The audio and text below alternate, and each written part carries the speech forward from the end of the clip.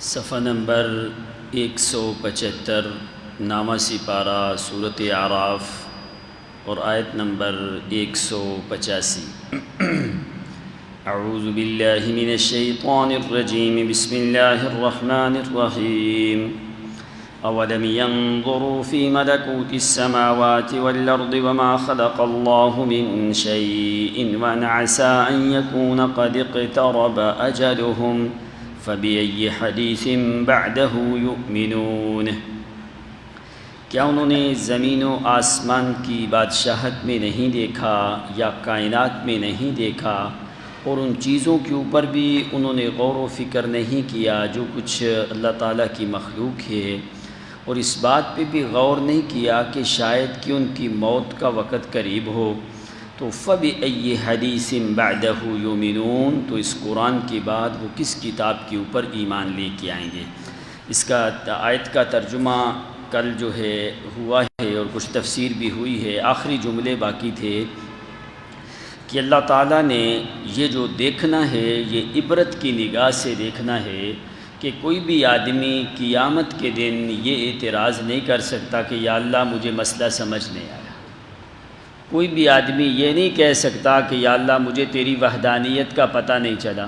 اسی لیے قرآن مقدس میں دلائل عقلیہ اور دلائل نقلیہ ذکر کر کے، چاہے کوئی جاہل سے اجہل آدمی ہے جس کو ذرہ برابر بھی ایک لفظ بھی پڑھا ہوا نہیں ہے، تو اللہ تعالیٰ نے فرمایا اگر وہ جٹ ہے، کسان ہے، کوئی بھی ہے، وہ اپنی بھینس، گائے، بھیڑ، بکری کی طرف دیکھ لے پھر بھی اس کو مسئلہ سمجھ آ سکتا ہے۔ اگر نہیں وَإِنَّ لَكُمْ فِي الْأَنْعَامِ لَعِبْرَةً نُسْقِيكُم مِّمَّا فِي، اللہ نے کیوں جانوروں کی مثال دی ہے؟ اللہ تعالیٰ نے کیوں جانوروں کی مثال یہ ان لوگوں کے لیے دی ہے جن لوگوں کو بالکل الف با بھی نہیں آتا، بالکل 0 میٹر دماغ ہے، کچھ بھی نہیں، نہ پڑھا نہ سیکھا، کچھ بھی نہیں ہے۔ تو فرمایا قیامت کے دن یہ نہیں کہے یا اللہ میرے والدین نے مجھے پڑھایا نہیں، یا مجھے کسی نے سکھایا نہیں ہے، یا میں نے پڑھا نہیں ہے۔ تو اللہ تعالیٰ کے ہاں پڑھے ان پڑھے کی قدر نہیں، مومن کی قدر ہے، چاہے وہ جاہل ہے دنیا کے لحاظ سے، لیکن اللہ تعالیٰ نے ایسے لوگوں کے لیے بھی مثالیں بیان کر دیں۔ وَإِنَّ لَكُمْ فِي الْأَنْعَامِ لَعِبْرَةً نُسْقِيكُم، دیکھو فرمایا لَعِبْرَةً، اگر کوئی عبرت حاصل کرے گا تو اس کو عبرت حاصل ہوگی۔ تو نبی علیہ السلام نے فرمایا کہ نظری عبرتاً، کہ لوگوں میرا دیکھنا کوئی بھی چیز ہے، کسی چیز کی طرف بھی میرا دیکھنا وہ عبرت سے خالی نہیں ہوتا۔ تو اللہ نے فرمایا ان لکم فی الانعام لعبرۃ، ذرا دیکھنا، اپنے جانوروں کی طرف ہی دیکھ لے۔ عبرت حاصل اگر تو نے کرنی ہے، اگر میری معرفت تمہیں چاہیے، دور دراز جانے کی تمہیں ضرورت نہیں۔ یا اللہ ہمارے گاؤں میں تو کوئی مولوی نہیں تھا، ہمارے علاقے میں تو تھا ہی نہیں کوئی دین بیان کرنے والا، تو اللہ تعالیٰ نے فرمایا تو نہ جا کہیں بھی، تیرے گھر میں تو بھینس، گائے، بھیڑ، بکری تو نے رکھی ہوئی ہے کوئی، تو نسقیکم مما فی بطونہ من بین فرث ودم لبنا خالصا سائغا للشاربین۔ فرمایا کہ گائے کا پیٹ ایک ہے، اس کا پیٹ چاک کرو تمہیں اندر نظر نہیں آتا، وہ قدرت کاملہ کہ میں نے اپنے جو ہے پردے لگا دیے ہیں جو کسی کو نظر نہیں آتا۔ تو خوراک ہر قسم کی کھا رہی ہے، وہ کدھر جاتی ہے، کیسے ہضم ہوتی ہے، ان میں سے ہرا جو ہے وہ کدھر جاتا ہے، جو خشک کھاتی ہے وہ کدھر جاتا ہے، کیسے اس کے اندر تغیر تبدل آتا ہے، کیسے وہ نظام انہضام سے پھر نظام تنفس کی طرف جاتا ہے، پھر نظام اعصاب کی طرف چلا جاتا ہے، نظام اخراج کی طرف چلا جاتا ہے، کیسے اس کا خون بنتا ہے، ایک ہی پیٹ ہے، پانی بھی اندر، خوراک بھی اندر، خون بھی اندر، گوبر بھی اندر، سب کچھ جو ہے مما فی بطونہ من بین فرث، گوبر بھی، ودم، خون بھی۔ فرمایا یہ سارے حرام ہیں، ان تمام حراموں سے قدرت کی چھلنی لگا کے لبنا خالصا، فرمایا خالص دودھ نکال کے پلانے والا تمہیں کون ہے؟ ان بین فرث ودم لبنا خالصا۔ قرآن جو ہے اللہ تعالیٰ تمہیں کہتا ہے لبنا خالصا، اللہ تمہیں دودھ خالص دیتا ہے تو تم کیسا دیتے ہو؟ اللہ نے کبھی ملاوٹ کی؟ حالانکہ اگر اللہ تعالیٰ اندر اندر ملاوٹ کر دے کچھ ہے تمہیں تو پتہ بھی نہیں چلے گا، لیکن فرمایا جو لوگ ہیں وہ کوئی کسی نہر پہ کھڑا ہو کے نہر کا صاف پانی دودھ میں ملا رہا ہے، کوئی بہانے کیا ہے، ہم برف ڈال رہے ہیں جی دودھ خراب نہ ہو جائے، ہم برف ڈال رہے ہیں، برف تو ملاوٹ نہیں، وہ تو دودھ کو خراب ہونے سے بچا رہے ہیں۔ کوئی نہر سے پانی ڈال رہا ہے اس لیے کہ اس کی رنگت گدلی ہوتی ہے تو دودھ میں جو ہے وہ زیادہ محسوس نہیں ہوتا۔ اگر قطرہ بھی تم نے پانی کا ڈال دیا بے ایمانی کی تو آپ نے فرمایا من غش فلیس منا، جس آدمی نے ملاوٹ کی وہ ہم میں سے نہیں ہے۔ اللہ تمہیں خالص دے رہا ہے، وہ تم بھی آگے کیوں نہیں مخلوق کو خالص دیتے؟ تو کیا اگر تم خالص دو تو اس میں نفع کم ہے؟ کبھی بھی ایسا نہیں ہو سکتا۔ کوئی بھی آدمی اگر بے شرا صحیح قانون شریعہ کے مطابق کرتا ہے، سوال ہی پیدا نہیں ہوتا کہ اس کے کاروبار میں نقصان ہو یا خسارہ ہو۔ لیکن کیوں نقصان ہوتا ہے؟ یہ ادھر سے بے ایمانی کر کے دودھ میں پانی ملا کے 5 کلو کا 10 کلو بنا کے بیچ دیتا ہے۔ چلو اس نے کتنا 1000 زیادہ کما لیا، وہ یہ جو جہاں سے 1000 کماتا ہے گھر جاتے جاتے کسی کی ٹانگ ٹوٹ جاتی ہے، کوئی بیوی بیمار، کوئی بچہ بیمار، کوئی جانور بیمار، کوئی کچھ اس طریقے کے ساتھ کوئی مقدمہ، کوئی بیماری، کوئی مرض، کوئی ایسی چیز آتی ہے، اس سے ڈبل ہو کے پیسے حرام کے جو ہیں وہ ضرور نکل جاتے ہیں۔ لیکن دنیا کا فائدہ دیکھنے کے لیے اتنا بڑا ظلم کہ نبی علیہ السلام نے فرمایا من غش فلیس منا۔ اللہ جو چیز تمہیں خالص دیتا ہے، فرمایا تمہیں بھی چاہیے کہ لوگوں کو اسی طرح خالص ہی آگے دو۔ تو فرمایا اگر یہ آدمی پڑھا لکھا نہیں ہے، کم از کم اپنے جانور حیوان کی طرف دیکھ لے، پھر بھی اس کو جو ہے وہ مسئلہ سمجھ آ سکتا ہے۔ دنیا کا کوئی بھی معاملہ ہو تو لوگ چاہے پڑھا ہو، ان پڑھ ہو، جاہل ہو، عالم ہو، وہ سارے مسئلے حل کر لیتے۔ تو دین کا مسئلہ کیوں نہیں حل ہوتا؟ وہ کہتے ہیں ہم مسئلے مسائل میں پڑھتے ہی نہیں، ہمارا مولویوں سے کیا تعلق، ہمارا مسجد سے کیا تعلق، مسجد میں جا کے کیا کرنا ہے، جمعے کے اوپر گھنٹہ لگ جاتا ہے، ٹائم ضائع ہو جاتا ہے۔ یعنی لوگوں کی جو باتیں ہیں کہ جا کے مسجد میں بیٹھیں تو ٹائم ضائع ہوتا ہے، مسجد میں بیٹھنے کو وہ کہتے ہیں جی جمعہ گھنٹے کا جمعہ ہوتا ہے، کون جا کے گھنٹہ پورا مسجد میں بیٹھے، ٹائم ضائع کرنا ہے۔ یہ باتیں لوگ کرتے ہیں، ایسے وہی باتیں کرتے ہیں، ادھر جا کے جمعہ پڑھتے ہیں جدھر 15 منٹ کا جمعہ ہو، پھر تمہیں دین بھی وہ 15 منٹ والا ملے گا۔ 8 دن کے بعد ایک جمعہ ہوتا ہے، اگر 8 دن کے بعد بھی کم از کم گھنٹہ بھی اگر تم دین کی بات نہ سنو تو تمہارا ایمان کیسے مضبوط ہوگا؟ 8 دن کے بعد کام ڈیوٹی پہ ہر روز 12 گھنٹے ڈیوٹی ہر روز تم کرتے ہو، 8 دن کے بعد جمعے کے دن 1 گھنٹہ بھی نکالنا تمہیں تکلیف ہوتی ہے؟ یعنی کیسے؟ کہتے ہیں مسجد میں جا کے بیٹھنے سے ٹائم ضائع ہوتا ہے، گھر میں بیٹھ کے گپیں لگاتے رہو، گلیوں چوکوں چوراہوں بازاروں میں کھڑے رہو تو کوئی نہیں ٹائم ضائع ہوتا، نوکریوں پہ جاؤ، کاروبار کرو، کام کرو تو ٹائم ضائع نہیں۔ مسجد میں 8 دن کے بعد اگر گھنٹہ ان کو جمعہ پڑھنا لگ جائے نا تو وہ کہتے ہیں جی ٹائم ضائع ہوتا ہے، عین ہم خطبے کے ٹائم پہ جائیں گے نماز پڑھ کے واپس، تمہیں پھر کیا ثواب ملنا ہے؟ تمہیں دین کی کیا سمجھ آنی ہے بھائی؟ اس وجہ سے آ کے دین کے معاملات میں چاہے کوئی نمازی ہے یا غیر نمازی، کوئی بڑا متقی ہے یا مولوی ہے یا جاہل ہے یا عالم، سب کا یہی حال ہے۔ کبھی تم نے دیکھا مساجد میں قرآن کہتا ہے وَذَرُوا الْبَيْعَ، او اذان جمعہ ہو دو، چھوڑ دو ہر چیز، نودی للصلاۃ من یوم الجمعۃ وَذَرُوا الْبَيْعَ، جب اذان جمعہ پہلی ہو جائے چھوڑ دو۔ اب یہ کیا کرتے ہیں؟ یہ اس وقت جلدی زیادہ کام کرنا شروع کر دیتے ہیں، وہ گھنٹے ڈیڑھ میں تمہیں کیا زیادہ نفع ہو جائے گا۔ ایک آدمی مجھے بتا رہا تھا، وہ کہتا ہے ایک آدمی ہے ادھر گاؤں میں، وہ جب اذان ہوتی ہے اگر 10 کسٹمر کھڑے ہیں نا باہر دکان پہ، اس نے فوری تالا لگانا ہے، چلا جاتا ہے، ٹھیک ہے۔ جب اذان ہوتی ہے ہر نماز کے لیے اس کی یہ روٹین ہے، اور پھر جس وقت وہ نماز پڑھ کے آتا ہے تو اس نے بتایا کہ اس کے جو کسٹمر ہیں ان کو 15 منٹ 20 منٹ آدھا گھنٹہ انتظار کرنا پڑے، وہ وہاں پہ اس کا انتظار کرتے ہیں، اس کے آنے تک 6-7 آدمی باہر کھڑے ہوتے ہیں، اور وہ سودا سلف بھی جو ہے وہ خالص دیتا ہے اور نماز کی پابندی کرتا ہے۔ جو ایسے اس طریقے کے ساتھ جو کام کرتا ہے اللہ تعالیٰ کبھی بھی نقصان نہیں ہونے دیتا۔ کتنی دکانیں بند ہوتی ہیں نماز کے ٹائم پہ، وہ کہتے ہیں اب درس پہ ہم نہیں آ سکتے، ہم جو ہے نماز پہ نہیں آ سکتے، یہ کام ہے۔ وہ اللہ کے بندو، دین سے زیادہ ضروری کون سا کام ہے؟ کتنی دکانیں بند ہوتی ہیں نمازوں کے ٹائم پہ، کیا وہ کسی نہ کسی کو بٹھا کے جماعت بھی گزر جاتی ہے، پھر جا کے اسی طرح 2-4 منٹ کے اندر ٹکریں لگا کے وہ چلے جاتے ہیں۔ یہ طریقہ ہے، پھر تم امید کرو اللہ تعالیٰ سے رحمات کی، برکات کی، لذتوں کی، صحت کی، عافیت کی، گھروں میں خیر کی، اتفاق اتحاد کی، کبھی بھی ایسی چیزیں نہیں ہوتی۔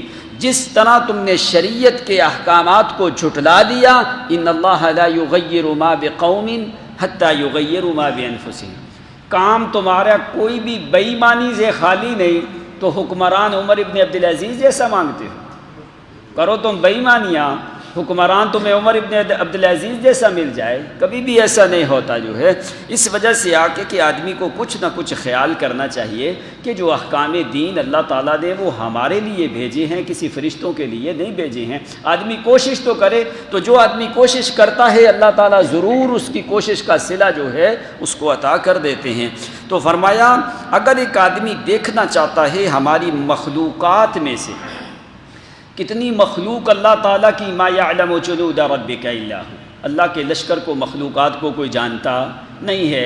بعض نے 18,000 مخلوقات کو شمار کیا ہے، وہ انہوں نے اپنے علم کے مطابق، لیکن اللہ تعالیٰ کی مخلوقات کا کوئی اندازہ بھی کر سکتا نہیں ہے۔ یہ تو انہوں نے اجناس ذکر کی ہیں، جو 18,000 معروف ہے نا مخلوقات، یہ جنس ہے، جیسے جنس انسانی، جنس جنات، جنس حیوان، جنس ملائکہ، جنس طیور، یا جو ہے اس طریقے کے ساتھ اجناس کو شمار کیا گیا ہے، ورنہ اللہ تعالیٰ کی مخلوقات کا کسی کو علم نہیں ہے۔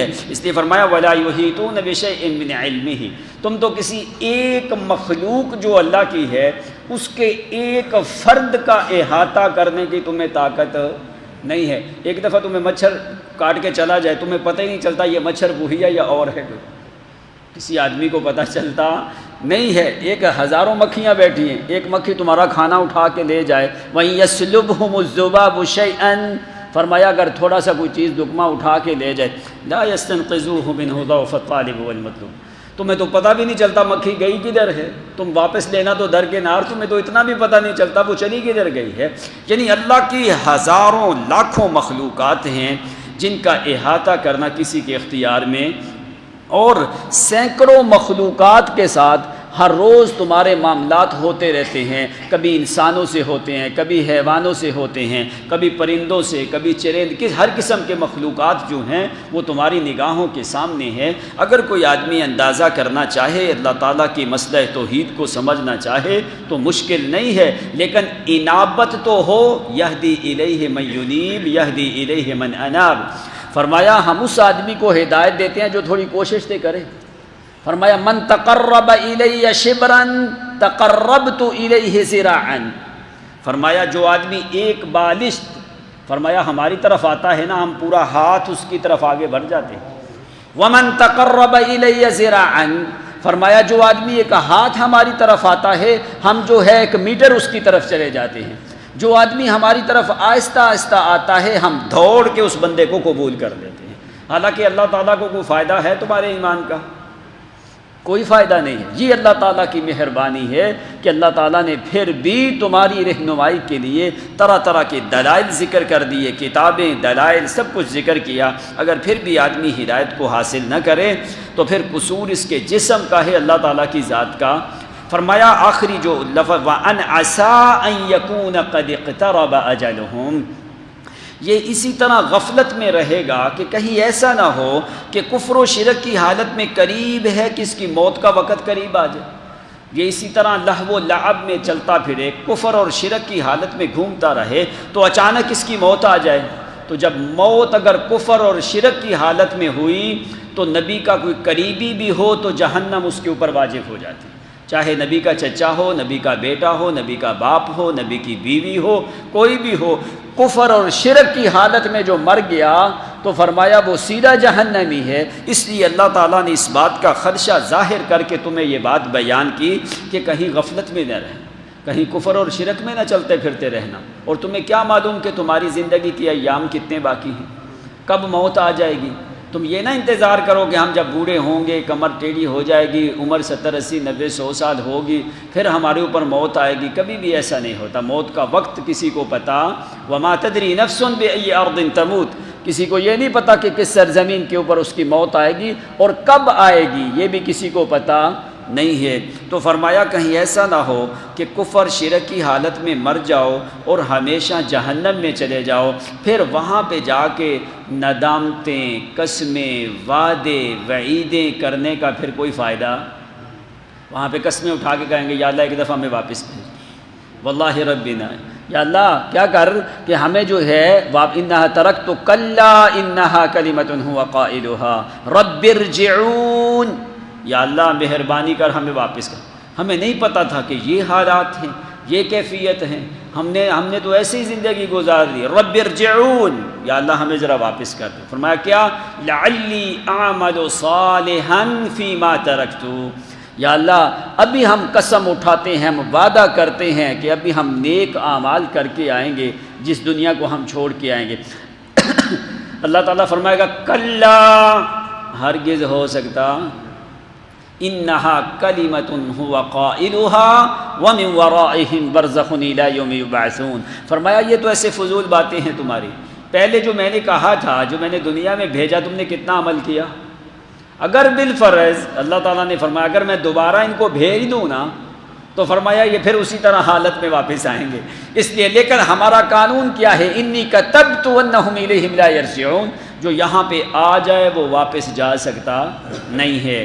تو یہ ساری باتیں ذکر کر کے اہم خلاصہ ذکر کیا، فَبِأَيِّ حَدِيثٍ بَعْدَهُ يُؤْمِنُونَ، اس قرآن کے بعد پھر کس کتاب پہ ایمان لے کے آؤ گی؟ اس قرآن کے بعد یعنی معنی کیا ہے کہ اس قرآن سے افضل کتاب کوئی دنیا میں، اس سے اعلیٰ کتاب تمہاری رہنمائی کرنے والی، فَبِأَيِّ حَدِيثٍ، جب آدمی کہتا ہے اور تو نے کس کی ماننی ہے، کہتا ہے اگر ہماری نہیں ماننی تو کس کی ماننی ہے؟ اللہ تعالیٰ نے فرمایا اگر قرآن کی نہیں ماننی تو کس کی مانو گے؟ اگر اس کے بعد کون سی ایسی کتاب آئے گی جو تمہیں ہدایت دے گی؟ فَبِأَيِّ حَدِيثٍ هل هناك اعظم کتاب من کتاب اللہ، کیا اللہ تعالیٰ کی کتاب سے کوئی بڑی کتاب ہے؟ هل هناك احسن حدیثا من کتاب اللہ، کیا اللہ تعالیٰ کی کتاب سے کوئی بہتر بات ہو سکتی؟ ومن اصدق من اللہ قیلا ومن اصدق من اللہ حدیثا، کیا اللہ تعالیٰ کی بات سے، کتاب سے کوئی سچی کتاب، کوئی بہتر کتاب، کوئی اچھی کتاب، کوئی عظمت والی کتاب، کوئی کرامت شرف والی کتاب، کوئی لا ریب کتاب، کوئی بے عیب کتاب ہو سکتی ہے؟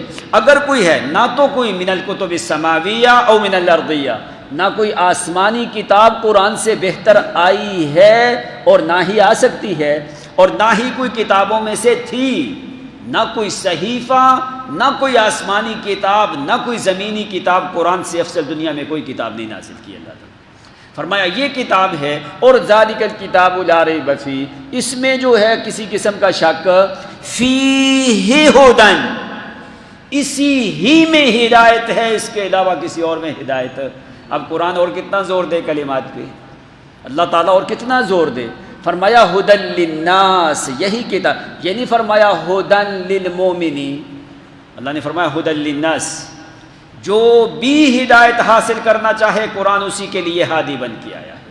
جو بھی آدمی ہدایت حاصل کرنا چاہے قرآن ہر قسم کے انسانوں کو ہدایت دیتا ہے۔